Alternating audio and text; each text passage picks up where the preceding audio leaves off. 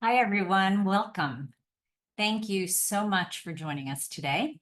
For those of you who don't know me, I'm Susan Sprung. I'm the CEO of the Producers Guild of America, and I'm pleased to welcome you all to the webinar, What's Ageism Anyway? Today, I'm not sure if you're aware, but today is Ageism Awareness Day. And ageism is one of those biases that can often go unnoticed until it either impacts someone personally. And even then, sometimes it can be hard to pinpoint. That's why it's so important that we, as members of this industry, address it head on. Today's session is a first step in giving everyone, from emerging talent to seasoned professionals, the knowledge to recognize and combat ageism in the workplace. I hope today's discussion will not only empower producers to identify ageism, but also spark further conversations within the Guild and the industry. This webinar is part of an ongoing effort to create spaces where we can openly discuss these issues, and I encourage anyone interested in continuing this conversation or participating in a group focused on these matters to please drop a line in the Zoom chat with your name and your information. Your input and engagement throughout the session will be invaluable. I'd a couple of quick thank yous, and then I promise I'm going to turn it over to the experts. I just want to take a moment to say a huge thank you to the Entertainment Community Fund for their collaboration on today's event. Their expertise and support are essential in making this conversation possible. We'd also like to thank and acknowledge the PGA members that have been working really hard behind the scenes on this event. Our thanks to Todd Baker, Victoria Chapman, and the group of PGA members that have contributed to the development of this conversation. By the way, Todd's going to join us at the end of this panel to present the audience questions to the panelists. So please make sure you submit your questions in the Q&A throughout the session, and we'll get to them at the end. A special thank you to Diana White for all of her unbelievable hard work on this event. And now I'm pleased to introduce the incredible Keith McNutt. He's the Executive Director of the Western Region of the Entertainment Community Fund, and he's going to be guiding us through today's conversation. Thank you, Keith, and I'm going to turn it over to you. Thank you, Susan. I'm so glad to be here. The first thing we want to do is thank Susan and everyone at the Producers Guild for including us on the conversation and being such terrific partners. So I am Keith McNutt. I'm the Executive Director of the Western Region of the Fund. For those of you who don't know, the Entertainment Community Fund is 142 years old. We were founded in 1882. And our mission is to help anybody who works in performing arts or entertainment anywhere in the country. And our mission is really split into half of what we do is help people as a safety net in times of need or crisis. And the other half of what we do is help people build a more sustainable life in the arts. And that's through financial wellness, career counseling, health insurance, affordable health insurance, and affordable housing. And so we just want to welcome you all to the conversation. Our commitment to seniors and older workers in the industry goes way back. We built our first affordable housing residence for seniors in 1902.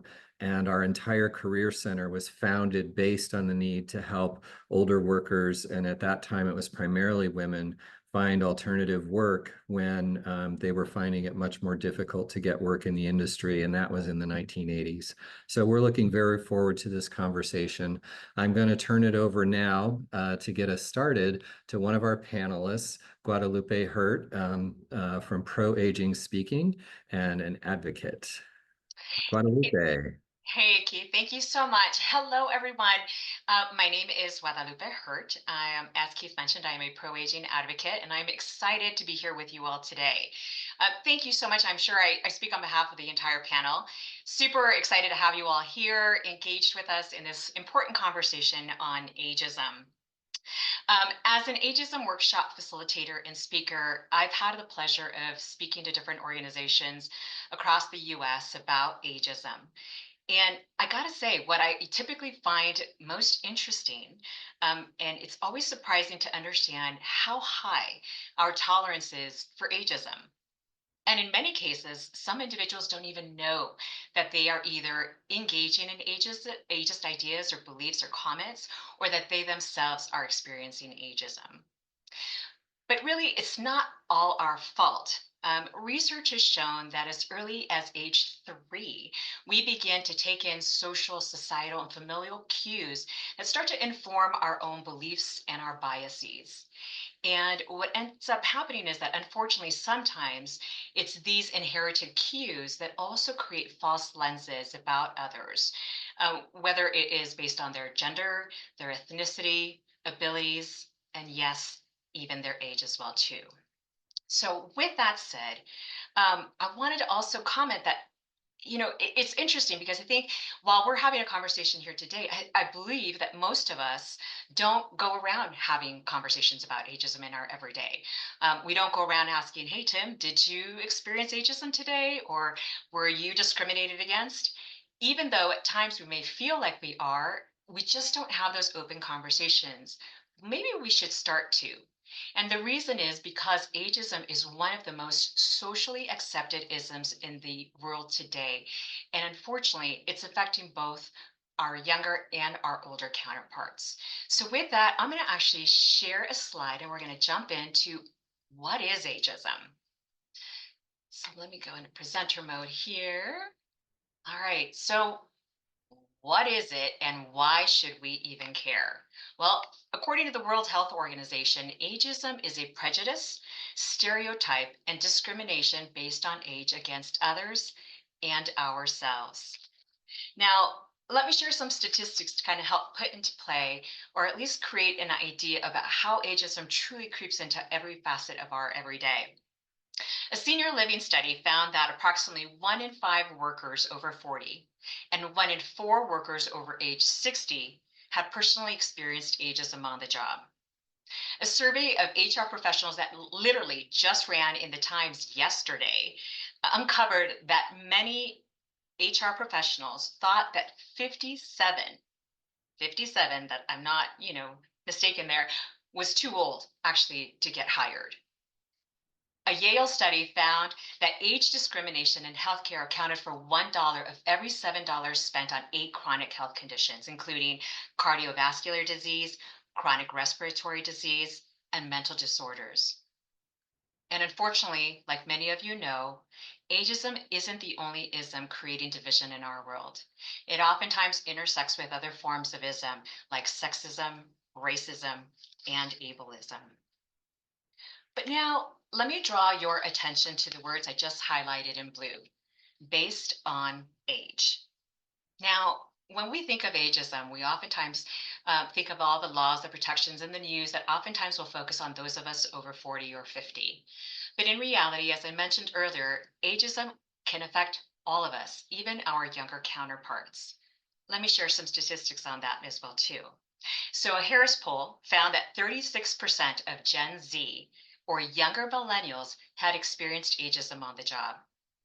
A Forbes study found that 60% of office conflicts are oftentimes a result of our older counterparts' negative outlooks and views on our younger generation. And just like those of us over 50, Gen Z is struggling to get hired. A survey by Intelligent.com of different employers found that 63% say that new grads can't handle the workload. And 53% of employers think that college graduates are unprepared to take on their work experience and their workload. I don't know about you, but ouch. Like that coin definitely flips on both sides. But that's why it's important. I'm so excited and thank Susan and her team today for having this conversation because I think through conversation we can start to change minds and hearts and hopefully create a more age diverse and age inclusive world. Because the truth is that ageism is everywhere. And oftentimes, like Susan even mentioned, it goes unnoticed because we are so just numb to the idea that it just is the way that it is. In fact, research has found that there are 4 different types of ageism that kind of creeps into our everyday. So see if you can kind of identify or relate to any of these. There's interpersonal. And interpersonal is the ageism between two people that often ends up in either disrespect or belittling the other person solely based on assumptions about their age. There's institutional. This is the one that we typically most read about, whether it's through layoffs or discrimination suits that we find in the news. And this oftentimes is about a company or an organization that perpetuates ageist ideas or policies and programs geared to keep people of a certain age out of that environment. And then there's ideological, which is more of that overarching society idea that is detrimental to a particular group, again, solely based on their age. Three external, and then one internal, which is internalized ageism. And that's our own self directed ageism that refers to our negative outlook on how we experience ageism in today's or aging in today's world. Now, here shortly, I'm going to invite you to take a reflection pool. And before you go and answer these questions, I'd love for you to just to stop, read the question, and reflect. You may answer or think that you need to answer, like, did this happen to me last week or last month? But actually, I'd love for you to even go back even a little further and say, did this happen to me last year? Or even, you know, last 2 years? And then answer. And then we'll have kind of just a brief exchange about the results. But please be honest and remember that this is a safe zone. And now we've got questions, so go ahead and take just a few minutes to answer.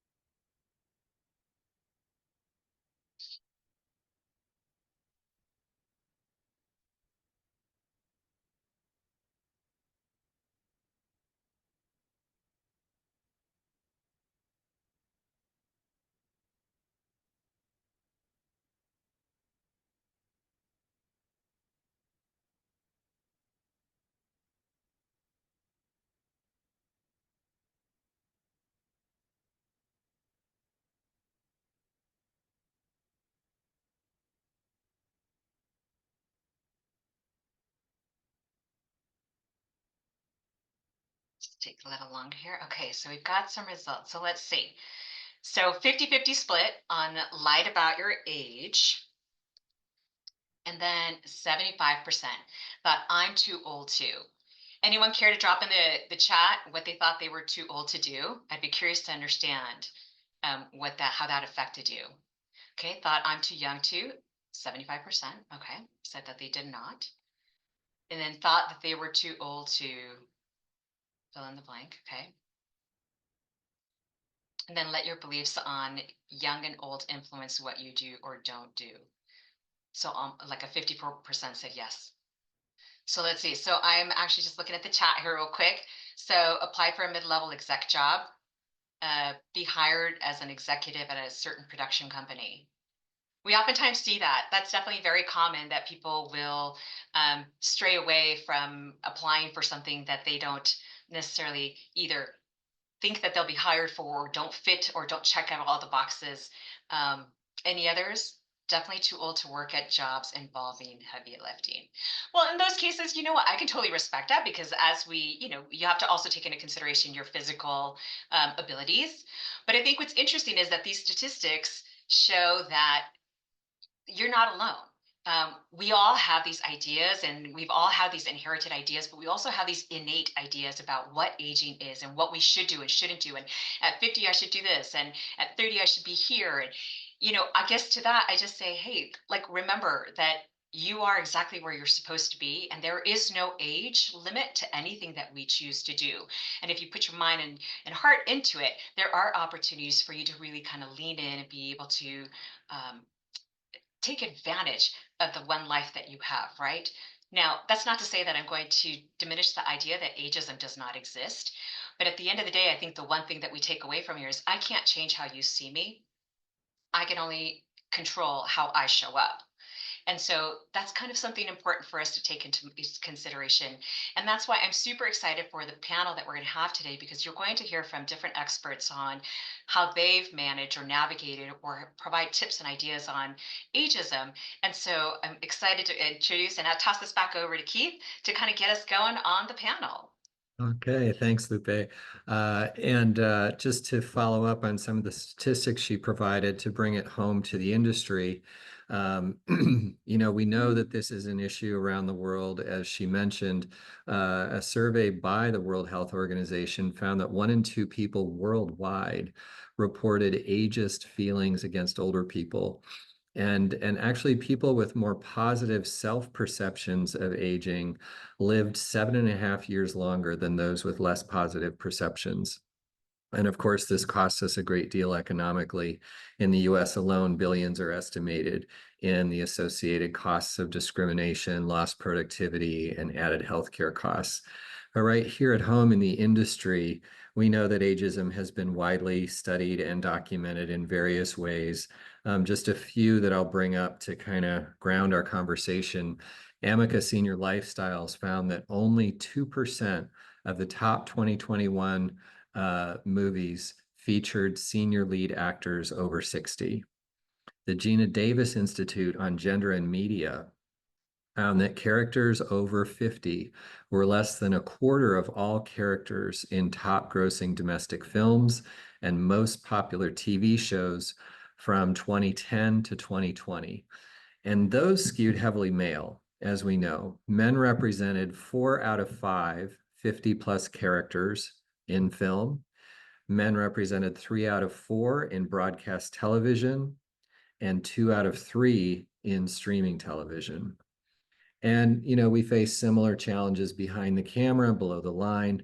Yeshiva University, for example, found that between 1995 and 2018, the probability of getting hired dropped by half, all else equal, as directors aged from 40 to 55. And the pattern that they found was that directors didn't just retire, but they seemed to, in the progress of their career, be unable to find that next directing job, and their career ended.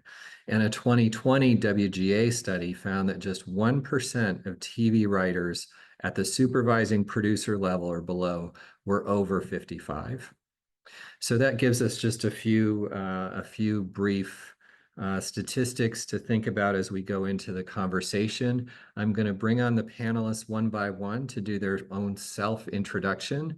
So first up, we have Renato Basili, executive producer and producer, including Grammy Awards, Emmy Awards, and Variety Specials. Ron, do you want to join us? Hello, everybody. Yes, I'm Renato Basili, also known as Ron Basili. I've worked on, executive produced the last 30 years of Grammys. I've done 5 Emmy Awards. I just recently completed Miss USA. This is my second Miss USA. Along with that, I've done a variety of live and taped events, variety specials, also doing producing and directing some Vegas shows. I've done the Celine Vegas show and the Mariah Vegas show. And then I do and produce, created, directed some private events. And most notably last year was the Atlantis Royal Dubai private event with Beyonce. So been all around. Thank you. Thank you. Welcome. We've already heard from Guadalupe Hurt. Lupe, do you have anything else you'd like to add? No, I'm just excited. So yes, so as mentioned, I'm a pro-aging advocate. I'm a speaker and certified ageism workshop facilitator trainer with Changing the Narrative. They are an anti-leading ageism institute and organization here out of Colorado that has been on a mission to rescript conversations around ageism, both externally and internally. And just excited to be here and impart some of the knowledge and expertise that we've gained along the way. Thank you, Lupe. Next up, we have Kati Johnston, an executive producer, including East New York and Bull. Kati. Hi there. I'm Kati Johnston. I'm a producer I've been working this industry for over 40 years. I've produced, most notably in scripted television, over 500 episodes of television. So I've been around a while. That's amazing. Thank you, Kadi. And last, we have Andrew Seaman, editor at large for jobs and career development at LinkedIn. Welcome, Andrew. Hi, everyone. Yeah, so as you heard, I'm editor at large for jobs and career development at LinkedIn. So I have a newsletter on LinkedIn, and I also host a weekly podcast that's mostly geared toward job seekers and people who are trying to grow in their career. And I obviously spend a lot of time talking about ageism because it is such a huge topic in the world of work. And also, it's kind of a very weird time right now when it comes to the labor market and people's age. Things are shifting dramatically. So it's definitely something that we focus on quite a bit to take a look at, what's happening in the workforce. So thanks for having me. Thank you, Andrew. Thank you all for being here. And for our audience, we're just going to spend the next half hour going through some questions for the panelists, get their feedback on some of these main areas, and then we will open it up for the second half hour for Q&A with everybody online. So let's start out with Renato. We're going to talk a little bit about understanding ageism in the workplace in the business. Ron, is it discrimination or bias when dealing with the ageism factor? Yes, and looking at, what the hiring process would be, is it a bias or is it discrimination when it comes down to it? The question would be, do I go for that younger person or do I keep the older folk who, the older person that has that ability to do that product, producing production. I think somebody hit it in the chat. There was there was somebody who was like, will they be able to do that job in that role, in that certain role, especially if it's a high pressure production? Does that younger person have that experience? And when does it come to being biased or when does it come to being discrimination? We're always on the fence when it comes down to that. Thank you. And of course, if anybody else has thoughts, jump in, but otherwise I'll keep going down our list of questions. The next of which is for Andrew. Can you talk about, are employers able to ask your age during job interviews?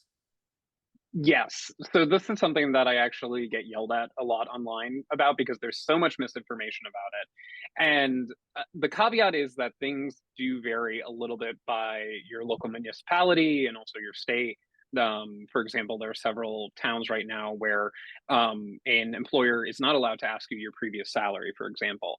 But when it comes to questions of age, generally across the United States, it is legal for them to ask you the question of how old you are. What the what they can't do, however, is hold it against you in the hiring decision. So that's why they generally avoid asking that question or alluding to anything about age. But it's also the reason why age discrimination lawsuits are actually very difficult to win, because there is so much ambiguity of, did they really take age into consideration? But a lot of people, they think that if an employer says, hey, what's your age? That it is an automatic, that's illegal. It's not. It's if they use that information against you in the hiring process or the hiring decision. And I just saw that in the chat pop up there, some people use your year of college graduation as a as a way to get at that information, right? Yeah, and we'll talk about that later, but the suggestion is to leave that off of your resume, and LinkedIn actually has the option, so you could toggle that off on your LinkedIn profile as well. Great.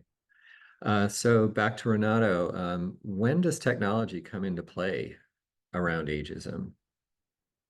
Yes. We everything especially in my line of work, is so fast moving nowadays that there's a new piece of equipment or a new piece of something or some AI that, someone older might not be able to handle. or is not familiar with, you know? So, you know, again, always on the fence when it comes down to having to hire that 22-year-old who knows that technology, that format, or that um, uh, equipment per se, compared to, you know, the guy who, you know, knows how to properly and quickly operate an EVS per se, you know? So there is a breaking point now coming up, especially with all this new technology and AI and every sort of dynamic that rolls into productions nowadays. Mhm. And let's talk about that buzzword experience in this conversation, right? And what that means if people have too little or too much. Kati, how might experience, quote, factor into ageism in ageist decisions?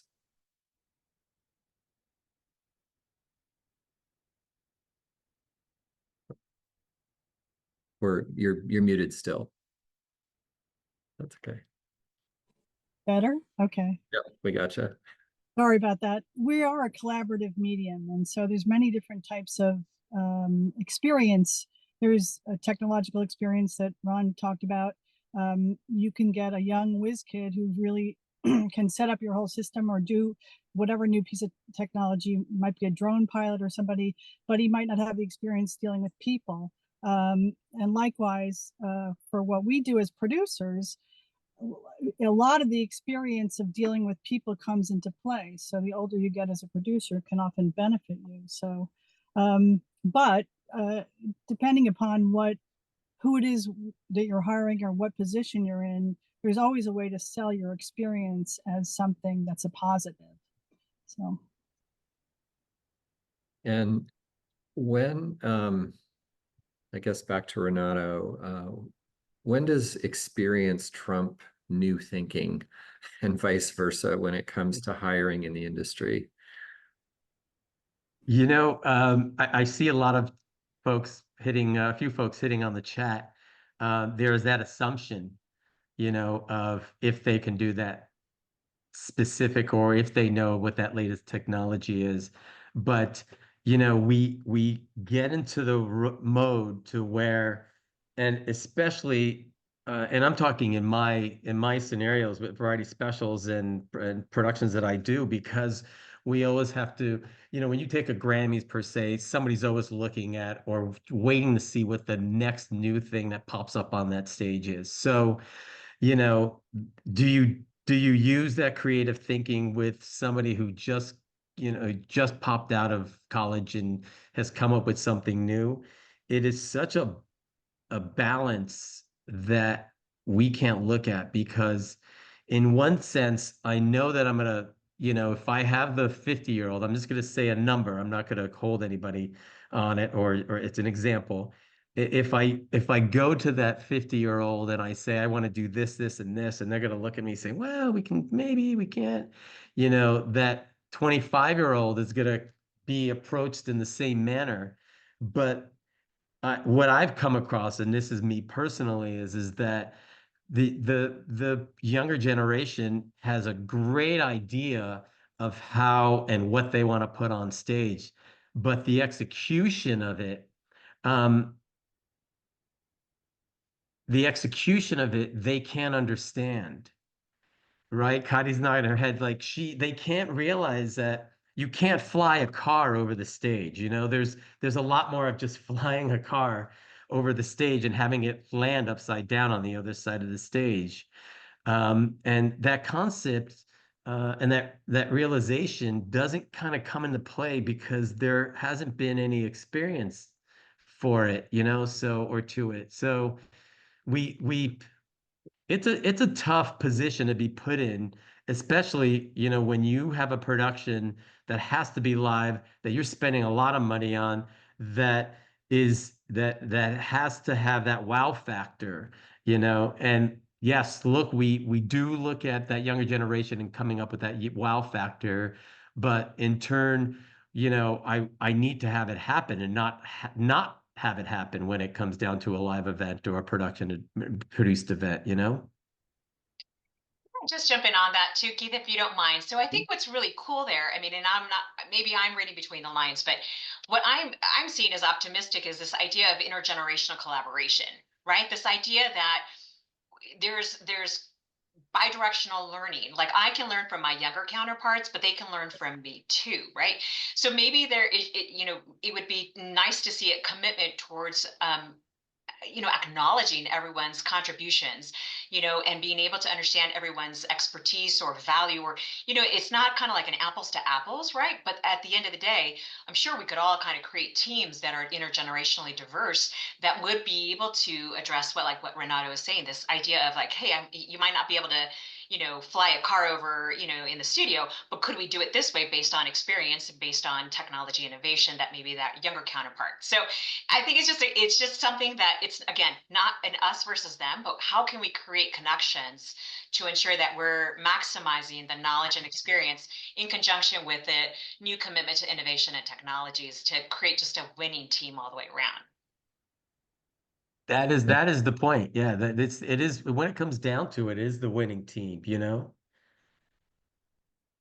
Yeah, that's great, and it's kind of a perfect lead in, Lupe, to the next topic, which is for Kati, kind of talking about situations in the industry where experience could be intimidating. Like, how do you interact with a hiring manager or a boss who's less experienced than you? How might both younger and more seasoned employees go about fighting potential exploitation or exclusion, and building that more collaborative spirit? Well, I'm actually, my last job was the first time where my direct boss was older than me in a long time. So I've had experience, particularly with, writing showrunners who are young and new to the game, who are intimidated by my experience. And what I try to do, usually at the interview stage, I put them at ease and tell them I'm really just there to help and they can use me however they want to. And I think that, when the only thing that you can do in combating this whole thing is, to make sure that you're not internalizing the ageism on yourself. Like, don't inhibit what you do. I find that when I no matter who I work with, I look to make it a collaboration. I look to put together a team of diverse people, like Guadalupe was saying, because often, if let's say I have a young production designer, I'm going to make sure that the prop person might be a little bit more experienced, or um, people who have more experience are surrounding that, so that you get a diverse group of people, because it's not just, you get really great ideas from youth, and you get really great energy, and you get really good experience and practicality from people who are older. So ideally you make a situation where everybody can work together in a healthy way, and nobody's ego is on the line, or nobody's worried about what their experience is. They're just there to be part of your team. I'm kind of curious how often you see that kind of ideal process happening, any of you on the panel. Like, does it seem like an argument you have to make that kind of interaction happen, or do you feel like it's starting to evolve in that direction? Well, I actually just usually confront it head on. Since I'm usually the first person hiring people, I kind of factored into the hiring process to begin with. And I don't really talk about age, but I talk to each person about what their experience level is and what they're good at. And when they go to hire their team, I get involved with what those choices are, so that, they might actually really like one person, but that might not be not best for them for the support they need for the job. So I try and advise. I I think really evolved companies recognize that. So a good example, and I think we'll talk about this a little later, is at Airbnb, they hired someone named Chip Conley a while ago, and Chip basically had been in the hotel business for a very long time. If you're out west, you probably stayed at one of his boutique places at some point. But essentially they brought him on, and he is older, and what they dubbed him was modern elder. And the idea was basically that he was sort of a mentor to people, and he was very successful in that. He got to help them weather some of the early ups and downs in the business, and actually it basically spawned this incredible second act for him. He is now the Modern Elder Academy. I think they have campuses in Santa Fe and Baja, so not bad work if you can get it.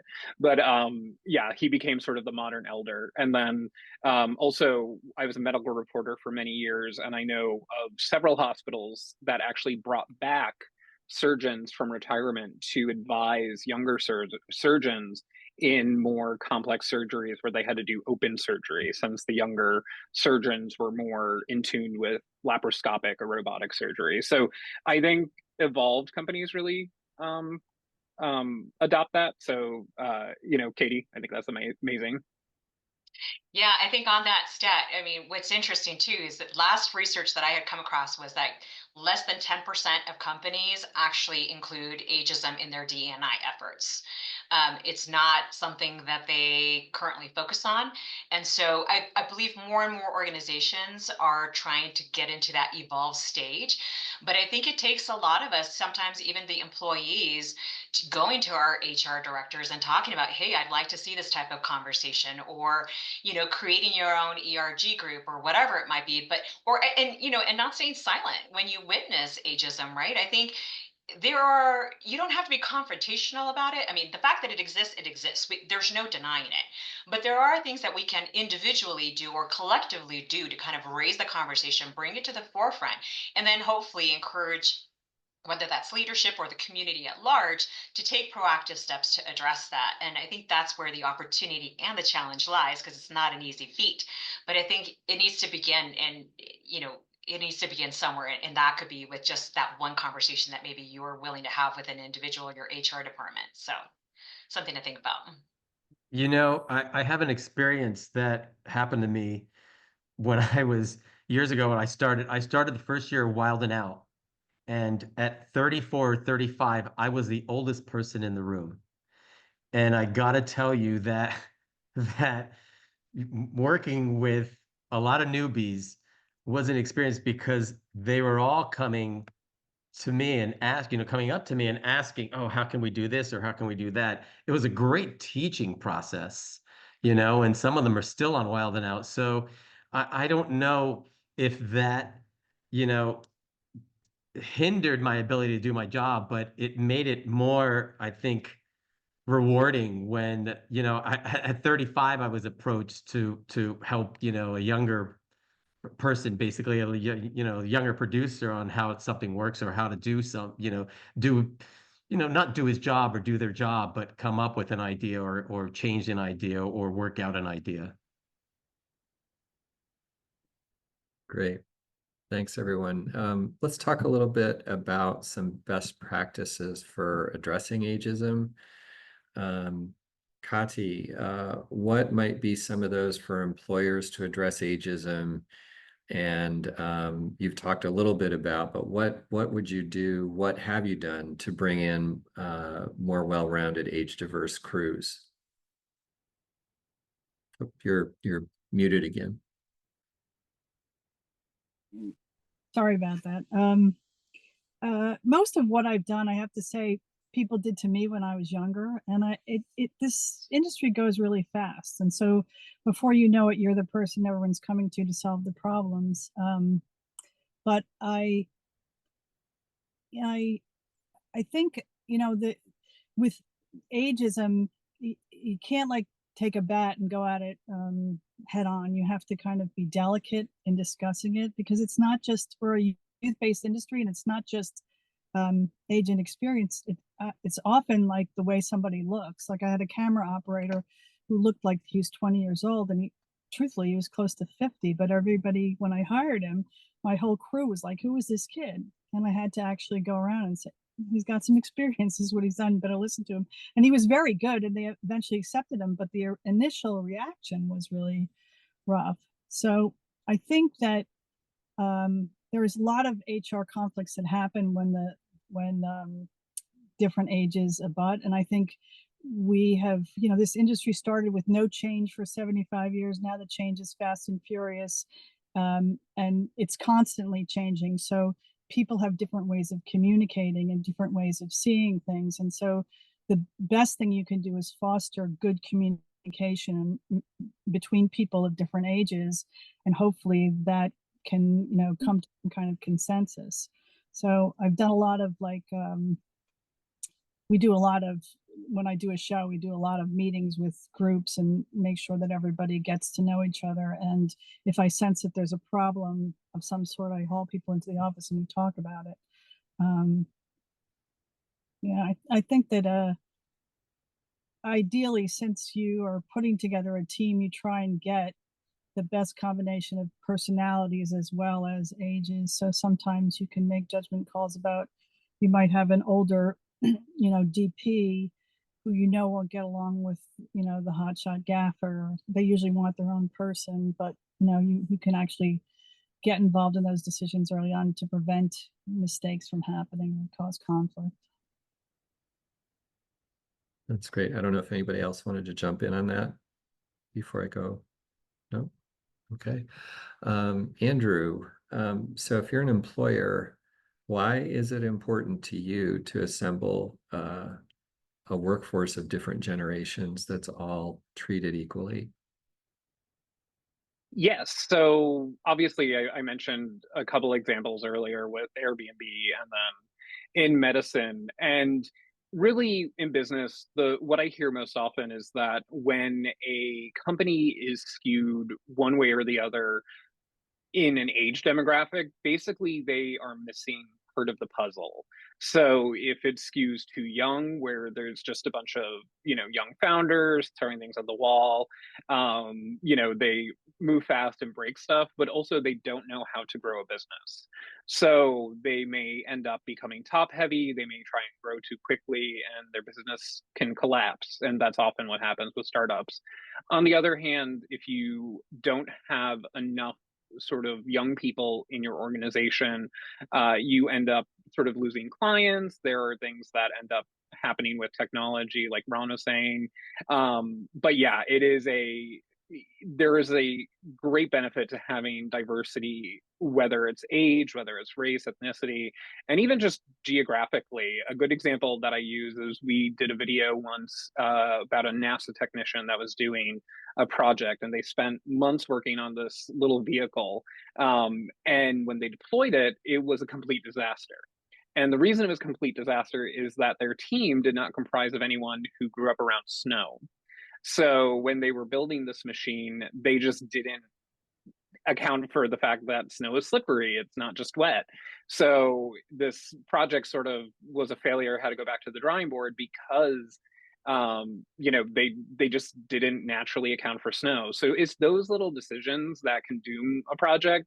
So it's good to have people from just different backgrounds to really push your business, to push your work farther, and get you farther ahead in the industry, I think. Great, thank you. So let's switch to talking a little bit about strategies to combat ageism and even reinvent our careers. And I can just start by offering, we have a recurring group called Creativity Doesn't Age through our Career Center. That's all about working with people as they age to continue working through their creative heart in their work, however that evolves. So that will be shared with everybody at some point in the chat as we go through the event, but one of the services that we have to offer. So Andrew, back to you again. How can people effectively pitch themselves to employers as they age through things like LinkedIn, resumes, interviews, cover letters? Like, how does that progress? Yes. So there's different tactics for all of those. When it comes to LinkedIn, and the first thing I should say is obviously I'm an employee of LinkedIn, but I'm not a pitch person for them. I'm thankful for that. But essentially, LinkedIn, the way I like to think of it is a holistic resume. So you can one, put your experience up there, you put your education in there, you put your headline, picture, and then I think the thing that actually makes it most useful are the posts. And when you talked earlier about sort of keeping up with technology, signaling that you know sort of how to use AI and all of those things, you can really get that across in your post. You can show that you're engaging with content about how, you know, AI is influencing the entertainment industry. What are the ethics of using that? And what's nice is when people come to your profile, they see a fuller version of yourself, not just what is on the paper of your resume. And I saw a question earlier, so I'll just answer it now, is you can remove your dates from your education.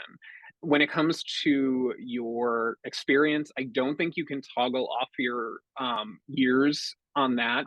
Similarly, you should never take your years off your resume when it comes to experience. In all the recruiters that I talk to, and I talk to a lot of them, basically, they've always told me that leaving your years or any dates on your experience raises a ton of red flags in their mind, because they don't know how long you worked at one location. They want to see the progression of your career. So, you know, they want some credibility behind your time and experience.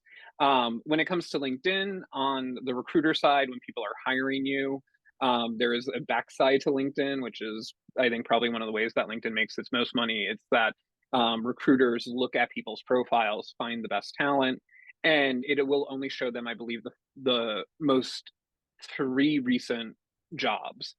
And also on your LinkedIn profile, it sort of cuts it off after a certain time, and people have to dig deeper to see your full work history. On your resume, similarly, they suggest only going back as far as 15 years. And then one really nice thing is to include a career note to say what else you've done previous to that. So, you know, I think Katie, I think did, you know, she sort of wrapped up her career very nicely by saying, hey, I've produced over 500 hours of television. So you could sort of say, hey, here's my most recent projects, but by the way, I have all this experience behind me. And one of the reasons for 15 years, I see that in the comments too, and it's not actually necessarily because of ageism, it's because of technology. Um, think of how much think of how much technology has advanced in the last 15 years. Usually when you look back and say, hey, those early days, how relevant is that to what we're doing right now? So your day-to-day work will look completely different. And basically, you know, the example I could use for that is I worked as a producer when I was in college for a local news station. I was trained to cut on beta. And I don't think anyone's going to hire me for that right now. So, you know, you could say, hey, listen, you know, in my background, I learned editing very young, but I'm not going to tout, hey, by the way, I can really cut a beta down in like no time. So that's one of the reasons you actually want to limit to 15 years, is just technology has changed so much. When it comes to your cover letter, I am a big proponent of cover letters, especially in the entertainment industry or creative industries, because that's where we see the flavor of a person, and you get to make the case beyond your resume. If you want to make the pitch of like, hey, I want to be that mentor to people on set, I want to take that new role in my career, you can do that in your cover letter. And I find that in creative industries, and you know, I'm in journalism and writing and media, I gravitate toward cover letters. And then in the interview, this is going to sound a little bit weird, but one of the things that I notice, and that's come up quite a bit, is that as we get older and as we get more solidified in our careers, we become a little cocky. And I'm guilty of this as well. You walk in sort of, listen, I have all this experience. I've done this, I've done that. I deserve this job. No employer is going to accept that as an argument. Employers, I always say, are inherently selfish. So you have to go in there saying, hey, you have a problem that you need solved. I have all this experience and I'm going to use it to fix that problem for you or solve that problem. So that's the mindset you have to go in there with. And I think we might talk about mindset later. The other thing is just don't go in assuming you're going to experience ageism, because you don't want to sink yourself. But those are some quick things, just tackling those 4 things: cover letter, resume, LinkedIn, and interviews. Great, thank you.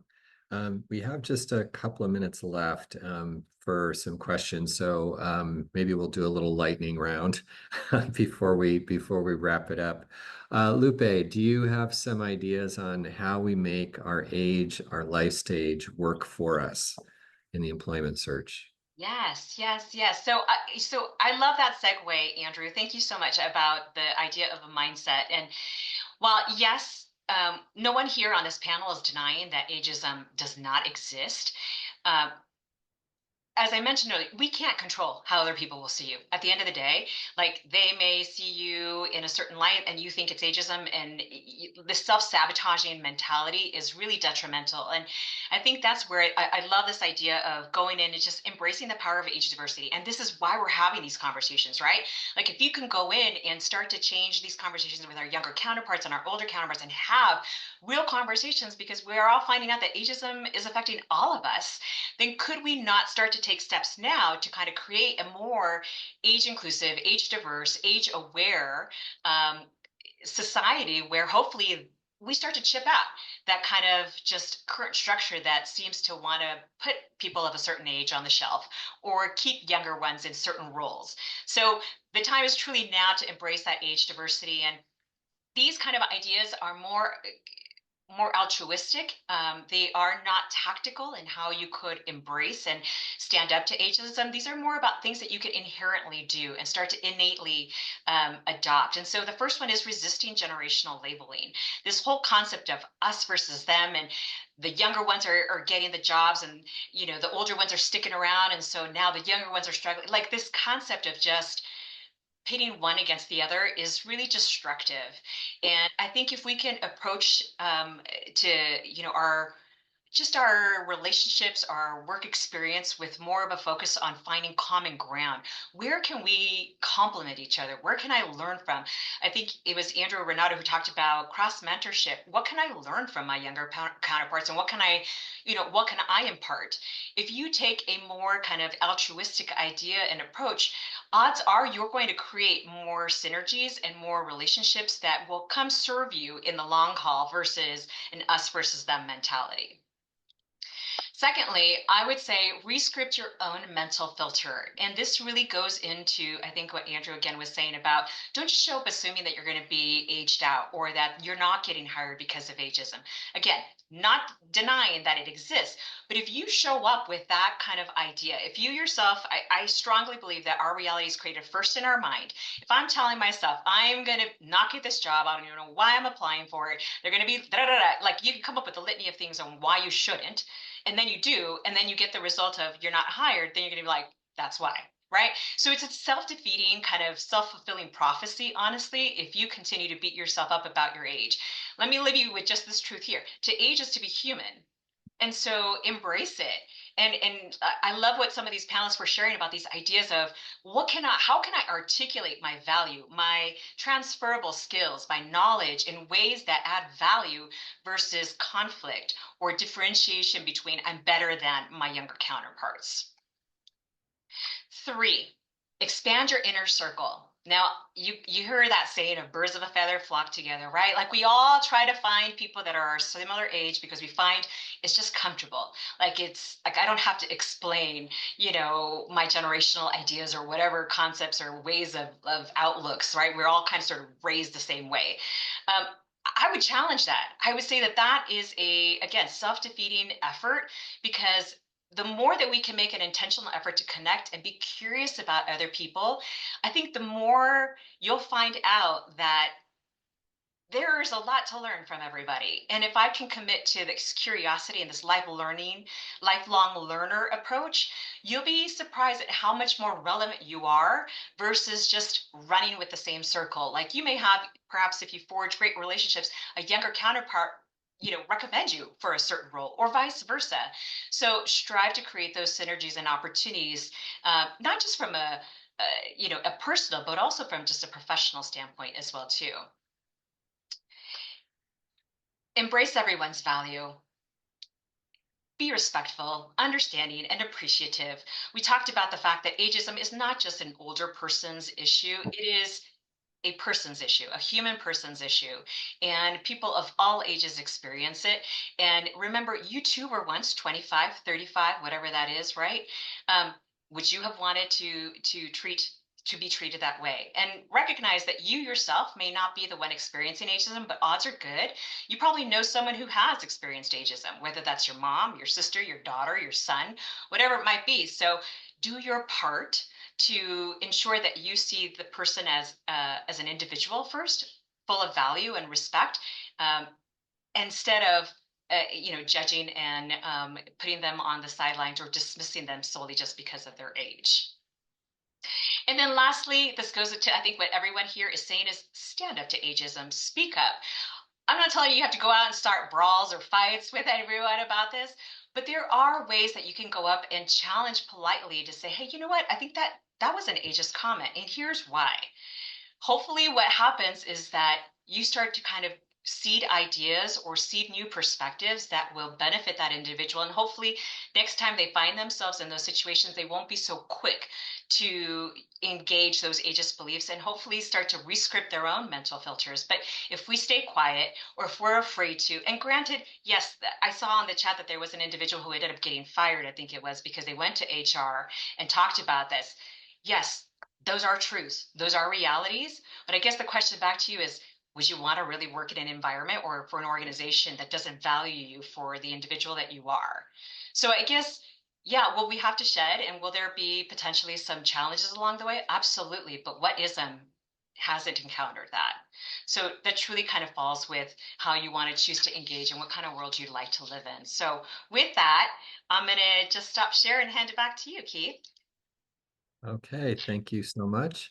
And so now we're going to switch into Q&A from people online. And to facilitate that Q&A portion, we're going to have Victoria and Todd join us. Can you maybe do a brief introduction of yourselves, and then we'll start feeding you the questions. Yeah, hi, my name is Todd Baker. I'm a producer of talk shows, reality, variety shows, award shows. And Victoria, if you turn on your microphone. There we go. Yes. And I am a producer in the nonfiction space as well. Live event, news, documentary, talk, as well. All right, we have a few questions here. I'm going to start off with this one. This is for Renato and Kadi. It says here, I often tell my fellow PGA members that employers overlook my resume because of an assumption that my experience equates to a high salary. However, I realize that there are sometimes budget restrictions, and I have to remain competitive and accept the rate of a position that I'm interested enough to apply for. My question to you is, what's the best way to communicate my flexibility to an employer?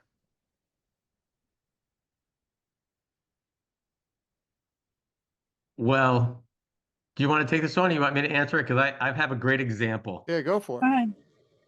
So I recently got a resume on the last production I worked on, and I was looking for a segment producer. The problem with the resume was there was a 30-year-old who had EP all over some of their productions. And when credits like that, and this is in my world, by the way, this is in my variety special, when credits like that pop up to me, a 30-year-old isn't an EP in my eyes, in our eyes. So I had a specific budget and they didn't. That's when I look at that resume.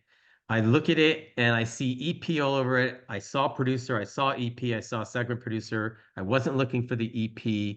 And I just talked to them and went into the look, this is what I've got. You can take it, you can run with it, you can be on this production, it'll be a great production. And they accepted the job, and it worked out great.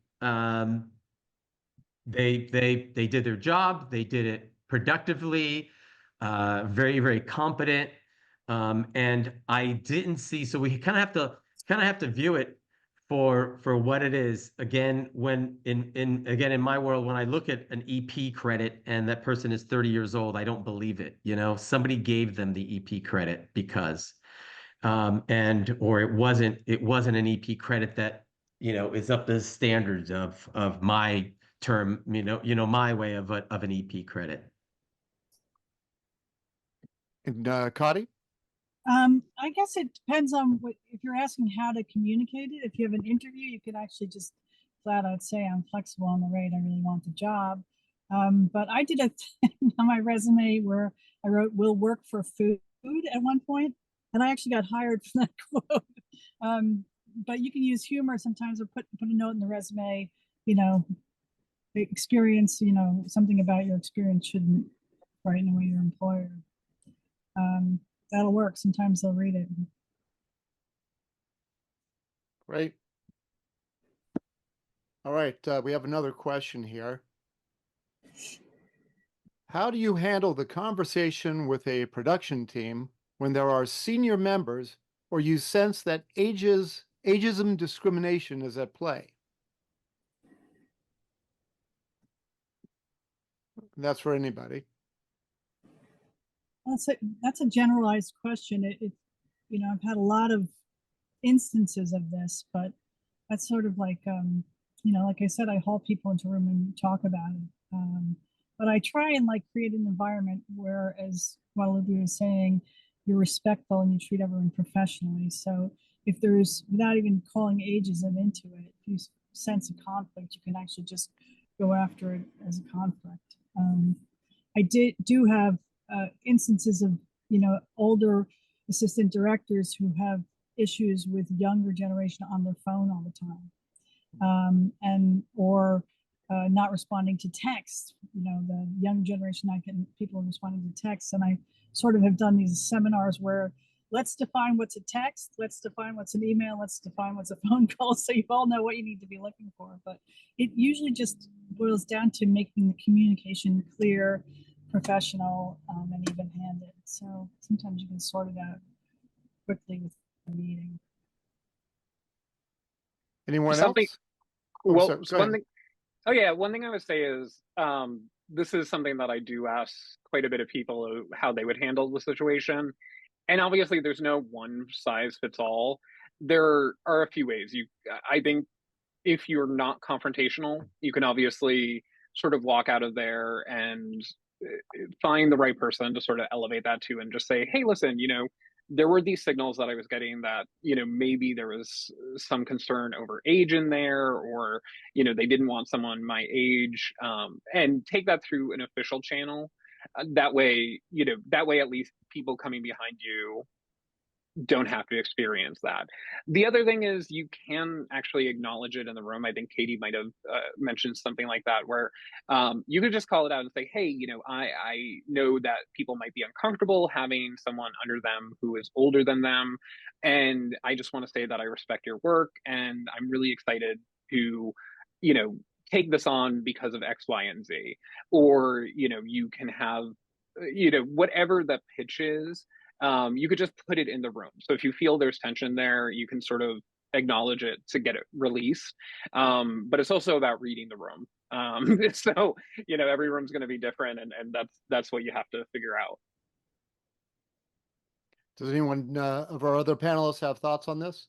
I was just about to say the same thing. It's about reading the room, because I've been in that position. You just got to read the room and go with it. Great. Okay, I'm going to move on to the next question. Does Andrew have any examples of LinkedIn profiles that are optimized well related to this issue? So I don't have them on hand, but someone you might want to check out is Carrie Hannon. So Carrie Hannon has basically been an ageism expert for a very long time, and she is a big proponent of having an active picture on your LinkedIn profile, filling it out completely. And she's an expert that AARP turns to quite a bit on this, and she's also I believe, done probably 5 to 6 books on getting work after age 50. So if you're looking for someone to sort of follow on this topic specifically, obviously Lupe is a wealth of resources, but then also Carrie Hannon would be good. There's also Carol Fishman Cohen, who is one of the pioneers in returnships. So if you've taken a break from your career, there's this new thing where you don't do an internship, you do a returnship, to sort of get your feet back in the industry. Yeah, and I think from an organization standpoint, check out Changing the Narrative or American Association on Aging, ASA. They're doing some really kind of great progressive work on just getting people aware of ageism in the workplace. And I think also just this idea of, again, if you don't believe in yourself, if you don't trust yourself, if you show up with this idea of self-doubt because of your age and you're already discounting yourself, then I guess it's like, how do you expect others to believe that you can do it? So I love this idea of, like, what Andrew was saying is go in and be like, hey, let me call out how I can be of value. Let me call out how I can, change or create or engage with people of all ages on a team. I think if you could illustrate examples for how you've worked in the past with others of all ages, or how you've supported or how you've resolved challenges, don't go in there so focused on your age. And I get it, like, it's hard in the entertainment industry because it is so youth obsessed. But I think that's where the potential is. And I don't, it's this idea that I get it, it's challenging, but I think if you yourself can start to kind of embrace this more pro-aging mindset and just say, hey, you know what, I am where I am. I can be selective, or I am going to try a new approach. I think you'd be surprised at how people might receive you. And yeah, you're not going to, create opportunities with everybody, but then that goes back to this idea of, like, do I really want to work with people that I have to continuously prove myself to? So, take that all in with a grain of salt, or innately, but this idea of, like, make sure that you're going out and trying to find opportunities where you're valued for what you bring to the table, that you don't necessarily have to go out and continuously have to prove yourself. And again, I get it, tough market, but I think that's a really kind of good mindset to take with anything that you do, whether that's in work or in life and everything in between, because ageism isn't going to be resolved in our lifetime. So what can I do to be a better person, and accept it on my terms and show up as the best version of myself? Okay.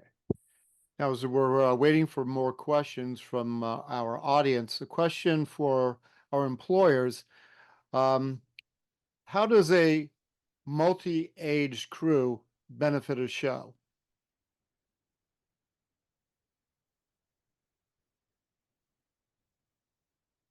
That would be Cotty or Renato. Well, you get everybody at all ends of this, throughout hopefully you have a continuum of ages. So you get people at different stages. So you might get a techno whiz kid and, somebody who's, at the middle stage of the career, and somebody who's at the end stage of the career. And so they each can learn from each other different things. And if they're supportive and the atmosphere is professional and collaborative, it can actually strengthen your production no matter what it is. But I do think that there's an emotional intelligence that comes with age that not everybody has when they're younger. And then there's, it's hard to keep track of the ever-changing technology. So if somebody's a specialist in something, that might be a younger generation, thing. So I think that, as Guadalupe said in her thing, we're all lifelong learners here. We should be lifelong learners, and you should learn up and learn down. And hopefully, if you Sounds get a lot. Go I'm ahead. sorry, go ahead. I was going to say, hopefully the combination you get is just, magnificent.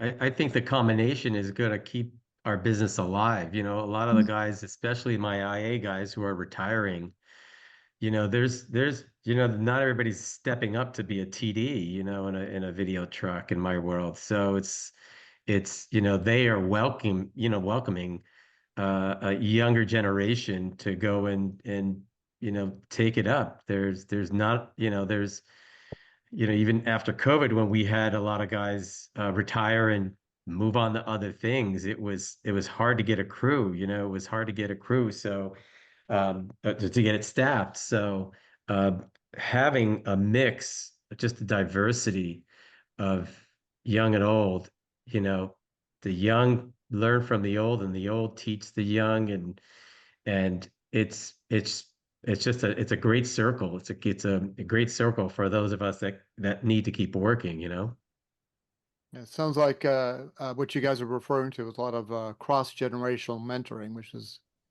important. All right, if we have no more questions, I'm going to toss it back to Keith. I Anybody think else? there was one thing for Andrew, by the way. Somebody asked why only 15 years on a resume?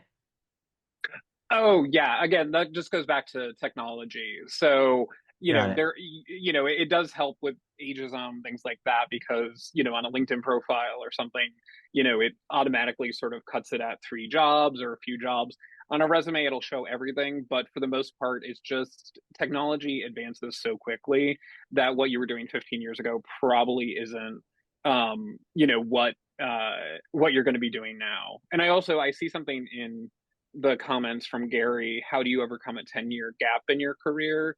I don't know if anyone wants to take that from the producer side, but in general, one thing that's really suggested is to, look for contract work, things like that, that will get your foot in the door again, because you don't lose a lot of your passion, your thoughtfulness, when it comes to stepping back in your career. You may need help with the technology. So short-term contracts can really help, in most industries, get you back up to speed with the technological side. And then the other part of it is that employers are really coming around to the idea that people who return to the workforce after a significant break, this goes back to that returnship idea that I mentioned earlier, you're amazing employees, because whatever happened in those 10 years, whether you were raising children, whether you were taking care of a loved one, or you just needed a break, you're kind of ready to get back in the workforce. You're going to have fewer absentee days. You're going to, be pretty consistent, and you're going to stay at your employer for quite a while. So there is a lot of employers, like I mentioned, those returnships. If you Google it, you'll find sort of companies that sign on to do it. They actually love returnships and people who do them, because they're, like I said, they're incredible employees. You basically do an audition with it, but then those people become some of the best employees at those employers. So, if you've been out of the workforce for 10 years, you might want to look into something like that. Yeah, and if I could just add real quick to that too. So the idea that you could also parlay and translate your volunteer work, if you did take time off for caring for your parents, like all of those have transferable soft skills that are super important in the workplace. So whether that's advocacy, leadership, community relations, community development, program development, I mean, whatever it is that you took, you could speak to some of those soft skills that you continue to develop or learned through that time period, and use that as an entry point into your new conversation about your new job. So it's not like you stop learning or even getting certifications. If you go back to school and you got a certification, like those are all excellent ways. I think at the end of the day, people just want to see that you just didn't check out, and that you still remained engaged and you were still growing. And so if you can kind of identify and create those connections for them, that will best serve on how you can kind of show that gap, but still show it as a productive gap. Thanks, Lupe. Well, since we have a few minutes left, I want to hit on another question that's sort of a transition from what you all have just been talking about in the last few minutes, which is, I think another misconception around aging, especially in the industry, is that people don't change their careers. They don't transition to new kinds of work. But what we find at the Entertainment Community Fund and our Career Center is that people are doing that all the time. They're using those, they're identifying those transferable skills, trying to figure out what to do next. And so I'm wondering, Andrew and others, if you might talk a little bit about how you adapt a new role in the industry later in your career. Yeah, I could take that. And actually, it's a really good thing to go off some of the slides that Lupe had earlier. With ageism, everyone likes to pit the younger workers with the older workers. And when you actually look at the data, what's incredible about it is there's really not competition between those two groups. They're not going after the same jobs. So, there might be more competition between, let's say, a 45-year-old and a 55-year-old, actually. So people much closer in age. And really, it's about sort of knowing where you are in your career trajectory and what you are best at that time. So, when I started my career in journalism professionally, I was cranking out like 3 articles a day for a newswire. I don't want to do that now. I'm tired. So I'm much better at like mentoring and doing some content, but with the help of producers and all those things. So I have 2 producers I work with for my podcast, and I have people who help me with my newsletter and things like that. So I don't want to be doing three stories a day. So it's knowing kind of what you like and what you want to be doing in the near future. So really it's about getting in tune with yourself and say, hey, listen, I'm not that 20-year-old anymore, and I don't want to do that work that I was doing. And then the other thing to pitch yourself is, show up as a problem solver. And I think this goes back to what a lot of people said, is just show up with respect. You're not automatically going to get it back. You may not get it back, and if that's the case, you probably don't want to work there. But I recently just left people management, is what we call it here, so that way I could focus more on the podcasting and my content. And my manager is now a decade younger than I am, and I think she was terrified when I sat down with her.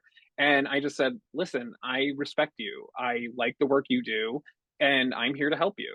So, I'm not one of those people that, she's going to manage and tell to do all this work, but I'm going to, we've had conversations about, let's talk about how you could help me with this or that. And it's mostly, supportive work. Wonderful. Great. Does anybody else have any other thoughts they want to add? I do. Yeah. You're a shocker, Yeah. right? I would say don't assume what others know or don't know. Like, be curious. I think that oftentimes leads to so many misconceptions, so many misunderstandings, unfounded arguments. I think if you dared to ask and be curious and non-judgmental about someone's abilities, whether they're again 20 or 65, you might be shocked at what this individual is capable of. And if they don't have the experience, but they've got the drive and the passion and the interest to learn, why would we want to deny that to someone? So it all comes back to how you see others as well too. And remember how I think, Andrew, you made the point, you may not get that respect in them, but at the end, you know that you're a better person for showing up in that way. And shouldn't that be enough? And so I would say, hey, I'm going to just challenge you, like try to rescript your own mental filter about how you see other people's and how you engage with them. And instead try to lean into your curiosity and see where that takes you, because it might open doors that once you never thought you might be walking through. Great. Well, I think one last call for any other closing comments from any of our panelists. No? Okay. Well, on behalf of the fund, I just want to thank you for including us. For Todd and Victoria and Diana and Susan, everybody at the Producers Guild for putting this together. We so appreciate this. And certainly for our wonderful panelists, Renato, Kati, Andrew, and Guadalupe, thank you so much for being here. I don't know, Todd and Victoria, if you have any closing remarks you want to make, I can turn it over to you. Okay, thank you. And I want to thank our audience for your thoughtful questions today and joining us on Ageism Awareness Day. Today's conversation will be available as a resource on the PGA's YouTube channel. So before we wrap up, I want to let everyone know that a post-event survey will be sent out in the next hour. And we'd appreciate it if you could take a few minutes to share your feedback.